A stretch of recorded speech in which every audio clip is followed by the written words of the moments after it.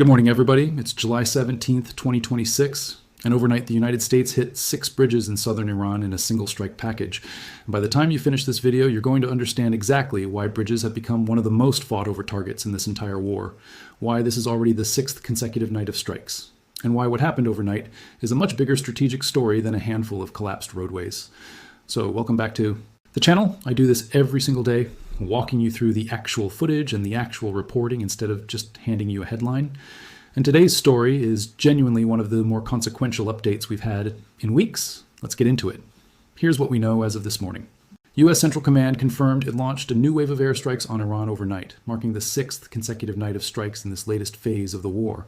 And the stated objective, in CENTCOM's own words, was to further degrade Iran's military capabilities.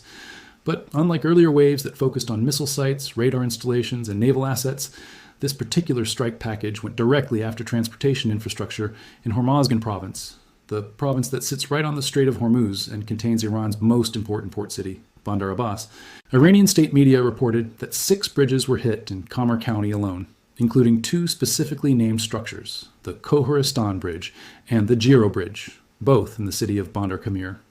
On top of that, American aircraft destroyed the highway bridge that connects Bandar Abbas directly to Shiraz, one of Iran's largest interior cities, and a railway junction station just west of Bandar Abbas was also struck, along with reports of additional missile impacts near the town of Sirik.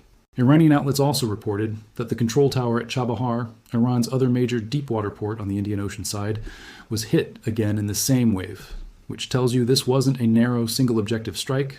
This was a broad, coordinated effort to simultaneously choke off Iran's 2 most important ports from 2 different directions at once. The human cost of this particular night was serious. Iranian provincial authorities in Hormozgan reported that at least 7 to 8 people were killed and somewhere between 9 and 20 more were injured in the bridge strike specifically, with additional casualties reported from a separate strike on Bushehr. And this is where I want to give you the bigger picture number, because a spokesperson for Iran's health ministry said on social media that the total death toll inside Iran has now reached 38 people since the U.S. resumed its strikes earlier this month, with more than 400 people injured over that same stretch. I want to be honest with you about where that number comes from. It's coming from the Iranian health ministry, not from an independent international body, so treat it as the Iranian government's own reported figure rather than a fully verified outside count. But even accounting for the fact that a wartime government has every incentive to control how these numbers are presented, a toll in that range over roughly a week and a half of strikes is a real and significant human cost, and I don't think it's responsible to just skip past that number to get to the strategic analysis. Real people are dying in these strikes on both sides of this war, and that's true regardless of which side you think has the stronger overall case. So why bridges? I think this is the part that actually needs the most explanation, because on the surface, hitting a highway bridge doesn't look like it accomplishes much compared to hitting a missile battery or a drone base. But if you think about what Bandar Abbas actually is, it's Iran's single most important port on the Strait of Hormuz, the primary hub for a huge share of everything Iran imports and exports by sea, and it also hosts a significant IRGC Navy presence. A port, no matter how intact it is only as useful as the roads and rail lines that connect it to the rest of the country. If you can't move fuel, spare parts, munitions, and personnel between Bandar Abbas and the interior of Iran, including Tehran, then the port itself becomes an isolated island, still standing, still technically operational, but functionally cut off from the supply chains that make it useful for a wartime military. That's exactly the logic behind hitting the Bandar Abbas to Shiraz highway bridge and the rail junction in the same strike package. This wasn't about destroying the port outright. It was about severing the arteries connecting it to everywhere else. NBC News described the overall thrust of this specific wave as appearing to target cutting off Bandar Abbas from the heart of the Islamic Republic. And once you look at the map of which specific structures got hit, that description lines up exactly with what happened. This actually isn't a new tactic in this war. It's the continuation of a pattern that started months ago. And I want to walk you back through it because the bridge campaign has a longer and more complicated history than just this one overnight strike. Back on July 9th, American cruise missiles struck a railway bridge in Iran's northern Golestan province, near a town called Ak-Kala, on a line that connects Iran to the rail networks of Turkmenistan, Kazakhstan, and eventually Russia. That bridge, called the Ak-Tekke-Khan Bridge, sits more than 700 miles from the Strait of Hormuz, nowhere near the actual naval conflict zone, and the reason it got hit is that it was functioning as one of Iran's few remaining supply corridors for bringing in military hardware and other support from Russia and China, bypassing the naval blockade entirely. 7 missiles hit that bridge. No casualties were reported in that particular strike, but the message was unmistakable. The United States was signaling that no piece of Iran's logistics network, no matter how far from the coastline, was going to be treated as off-limits if it served a military supply function. But if you want to understand why bridge strikes have become such a flashpoint of controversy in this war, and why some of you watching probably already have strong feelings about the phrase bridge strike before I even finish this sentence, we have to go back further to April 2nd and talk about what happened at the B1 bridge in Karaj, just west of Tehran. This is a case I think deserves real care in how it's discussed, because it's genuinely one of the most disputed and criticized incidents of this entire war. The B1 bridge was, at the time, the tallest bridge in the Middle East, a brand new highway link that had only just opened. And on April 2nd, it was struck by American forces, described by the Pentagon as the elimination of a planned military supply route. 2 missiles hit the bridge and caused a partial collapse. Here's where it gets genuinely difficult to defend from a legal and moral standpoint. According to Iranian officials and multiple outlets that covered it, the strike happened on Sizdah Baydar, the final day of the Iranian New Year celebrations, a day when families traditionally gather outdoors, and the area beneath and around the bridge had people present for exactly that kind of gathering. The first strike killed people and injured dozens more. Then, according to Iran's Fars news agency, once first responders arrived on scene to help the wounded, a second strike hit the same location, killing more people, including some of the rescuers who had just arrived to help. That pattern, a first strike followed by a second strike aimed at the people who show up to render aid, is what's known in military and legal circles as a double tap strike, and it is one of the most heavily criticized tactics in modern warfare because it doesn't just target combatants or infrastructure, it specifically punishes the act of trying to save lives. The final toll from that incident was 8 people killed and more than 95 wounded, and the provincial governor at the time stated flatly that there was no military activity happening on that bridge when it was hit. I want to be clear with you that this incident remains disputed. The American position was that the bridge served a legitimate military logistics function, but the manner of the strike, specifically the second hit on first responders, is the part that has drawn the most sustained international criticism, including from human rights organizations who have characterized double-tap strikes as a potential violation of the laws of armed conflict because they specifically target rescue operations. I'm not going to sit here and tell you that's a settled legal question. Wartime target justification is genuinely complicated, and I'm not a lawyer. But I also don't think it's honest reporting to gloss over the fact that this was, and remains, one of the most controversial single incidents of the entire campaign. I bring that history up, not to relitigate April in a video about July, but because it directly explains why every new bridge strike in this war lands differently than a strike on a missile site or a radar installation. Bridges are, by definition, civilian infrastructure first and military logistics second. They're built for commuters and commerce and families driving to visit relatives, and the fact that they can also be repurposed as military supply routes doesn't erase the civilian function they serve every single day the war isn't happening. That dual-use nature is exactly what makes bridge campaigns some of the most contested targeting decisions in any modern conflict, and it's exactly why you're seeing such a strong reaction, both internationally and inside Iran, to this latest wave of strikes overnight. I want to spend a little more time on the military logic behind targeting bridges specifically, because it's a much older idea in warfare than people realize, and understanding that history actually helps explain why this tactic keeps showing up in this particular conflict.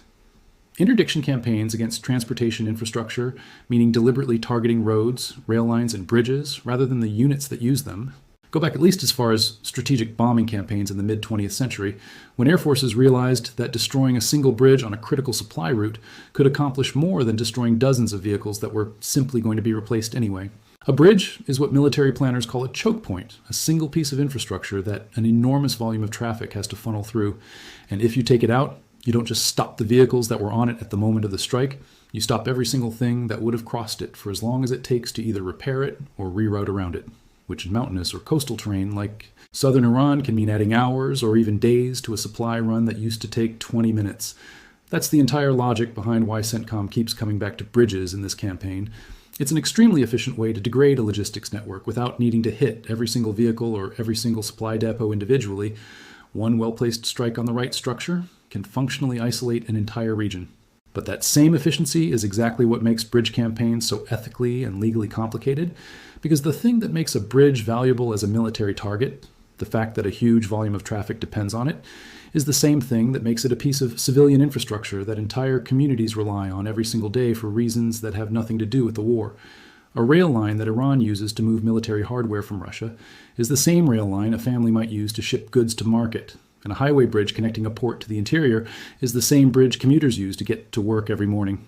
Military law generally recognizes what's called dual-use infrastructure, meaning a target that serves both military and civilian functions, and the legal standard for striking that kind of target usually comes down to a proportionality question, whether the anticipated military advantage from destroying it outweighs the expected harm to civilians who depend on it.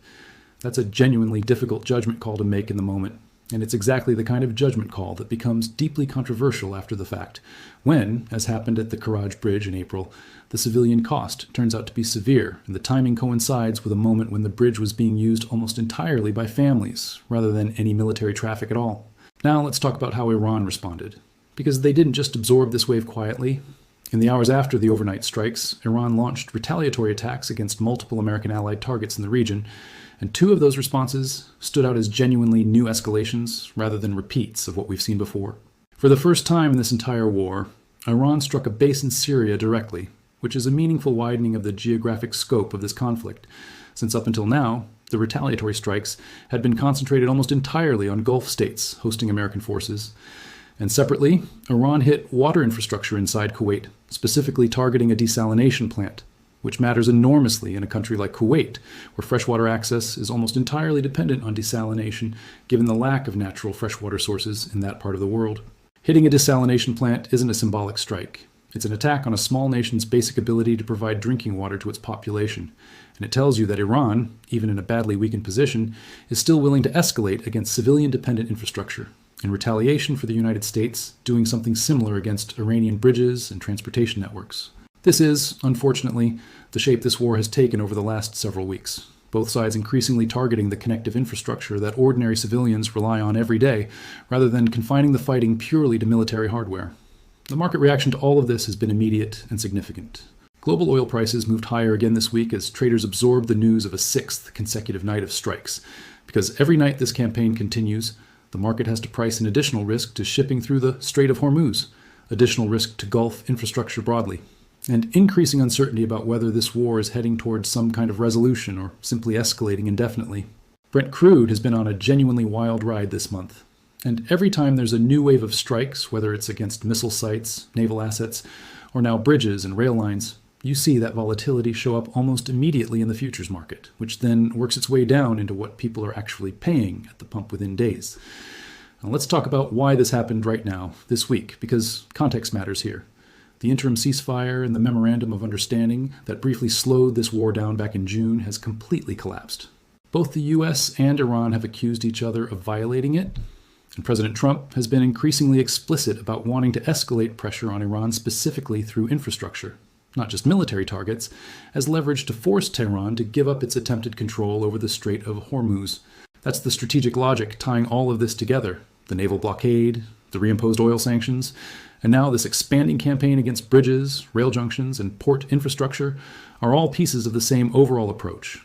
Apply pressure across every domain simultaneously, military, economic, and logistical, until the cost of continuing to contest the strait becomes higher than whatever benefit Iran's fractured leadership thinks they're getting from keeping it closed. I also want to walk through what it actually takes to carry out a strike package like this one, because bridges are not a soft target in the way people sometimes assume.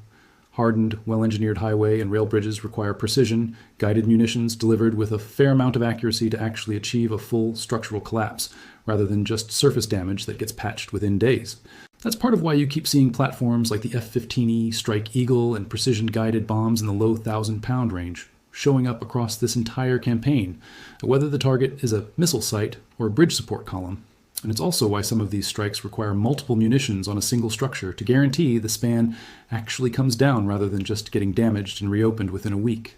Iran, for its part, has been trying to keep pace with repairs wherever it can, and provincial authorities in Hormuzgan said Friday that traffic on at least one of the affected routes, the Bandar Abbas to Lar highway through Bandar Kamir, had already partially resumed using alternate paths even hours after the strikes, which tells you Iran's civil engineering and emergency response infrastructure is still functioning well enough to adapt quickly, even under this level of sustained pressure.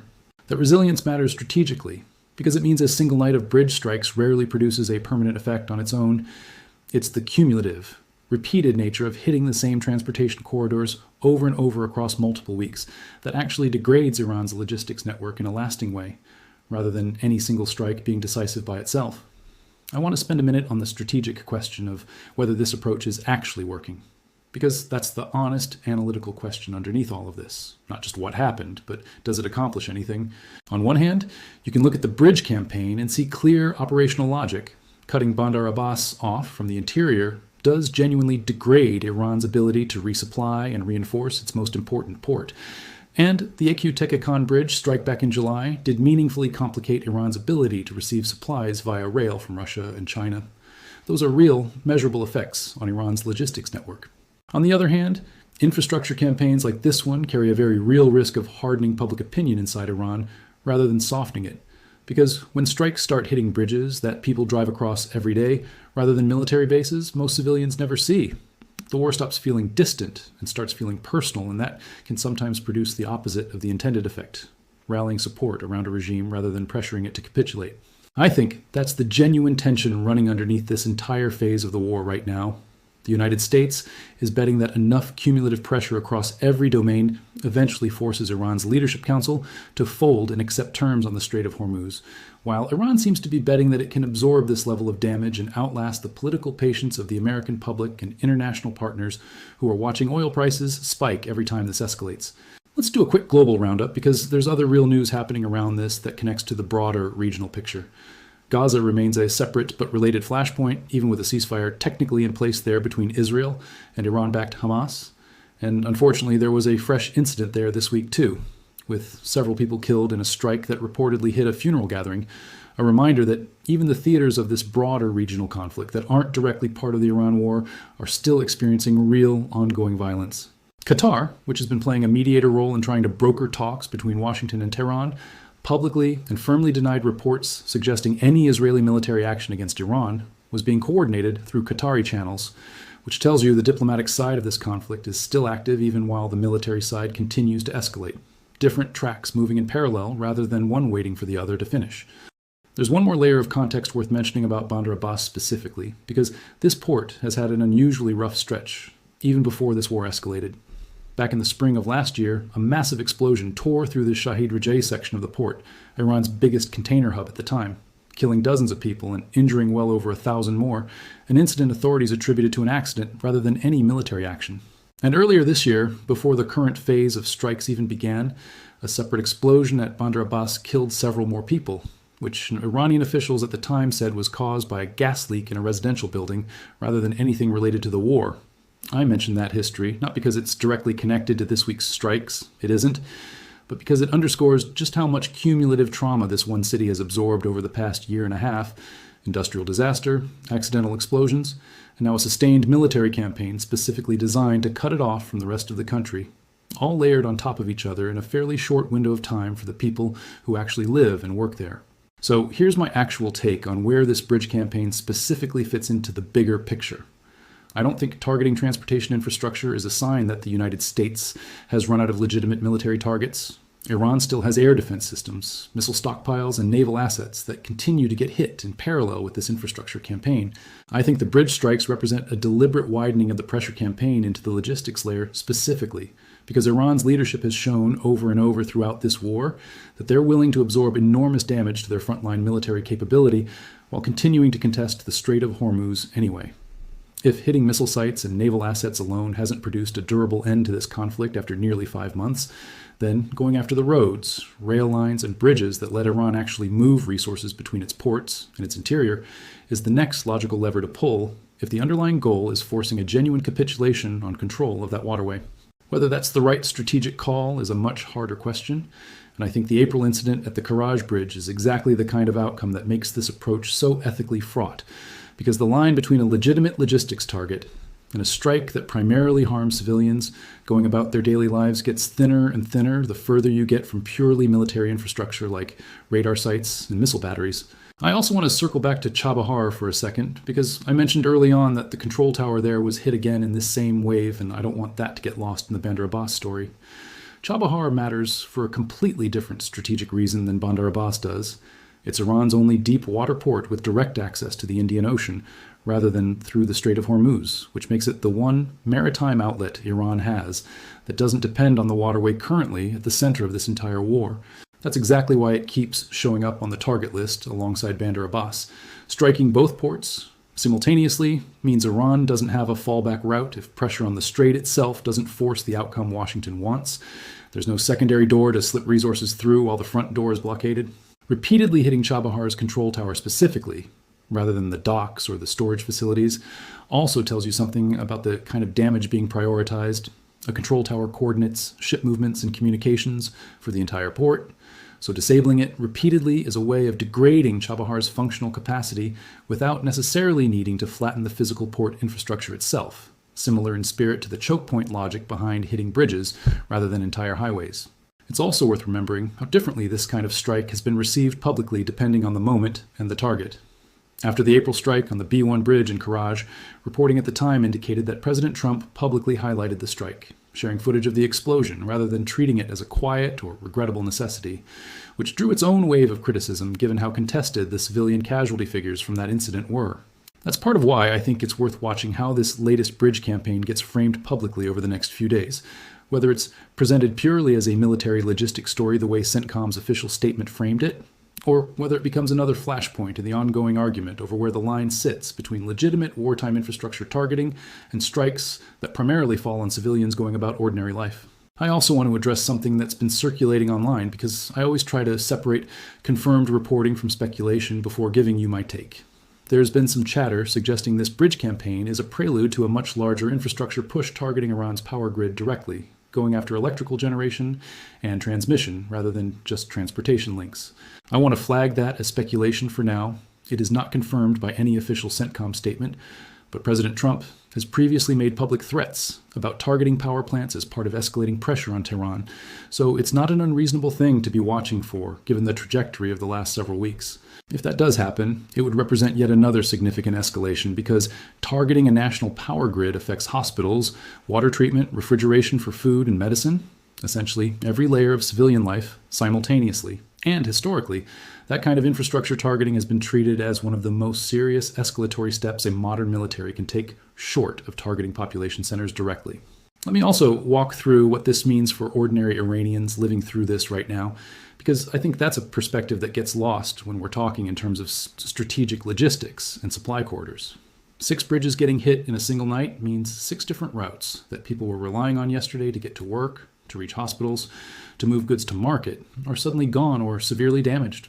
Provincial authorities in Hormozgan had to publicly urge residents to avoid the affected roads entirely and use alternative routes, which tells you the disruption to daily civilian movement was immediate and significant, not some abstract military effect that only shows up in a Pentagon briefing weeks later. When people talk about the fog of war, this is a very literal version of it. Real families in Bandar Kamir and along the Bandar Abbas to Shiraz corridor waking up this morning to find their normal commute simply doesn't exist anymore. On top of everything else, this war has already put them through since February. I think it's also worth stepping back and asking how sustainable this pace actually is for the United States as well, because 6 consecutive nights of strikes is a serious operational tempo. It means air crews, ground support personnel, munition stockpiles, and command staff are all being run at a sustained wartime pace with no announced end date. Wars that stretch on this long without a clear resolution tend to create their own political pressure back home, regardless of which side of the conflict you're on. And at some point, the question of how long this campaign continues becomes just as important strategically as the question of what targets get hit each night. Nearly 5 months into this war, with the ceasefire collapsed and both sides trading escalatory strikes on infrastructure that increasingly touches civilian life directly, I don't see an obvious off-ramp forming yet. And I think that's the honest, unglamorous conclusion to draw from what happened overnight, rather than framing it as some kind of decisive turning point in either direction. Where I think this actually goes from here is more of the same pattern we've watched for weeks now. Continued strikes on logistics and infrastructure aimed at isolating Bandar Abbas and pressuring the broader supply network. Continued Iranian retaliation that keeps widening geographically, as we saw with the first strike on a Syrian base, continued volatility in oil markets every time either side escalates, and continued diplomatic efforts running quietly in parallel through mediators like Qatar, even while the military campaign shows no sign of slowing down. I don't think tonight's bridge strikes end this war, and I don't think Iran's response ends it either. I think we're watching a war of attrition play out across every layer of Iranian infrastructure simultaneously, military, economic, and now logistical. And the actual resolution, whenever it comes, is going to depend on whether Iran's fractured leadership council can hold together long enough to negotiate a real deal, or whether the country's capacity to keep functioning under this level of sustained pressure simply erodes past the point where continuing to contest the strait makes any strategic sense at all. I want to hear what you guys think about this one specifically, because I know bridge strikes generate a different kind of reaction than missile site strikes do. So let me know in the comments whether you think targeting infrastructure like this is a legitimate and necessary part of pressuring Iran, or whether you think it crosses into territory that's going to do more long-term damage to how this war is remembered than it does to Iran's actual military capability. I read every comment, so genuinely tell me what you think. And if you want the real breakdown of what's happening in this conflict every single day, without the spin either direction, hit that subscribe button, because I'll be back tomorrow with whatever the next update is. Thanks so much for watching. I'll see you in the next one.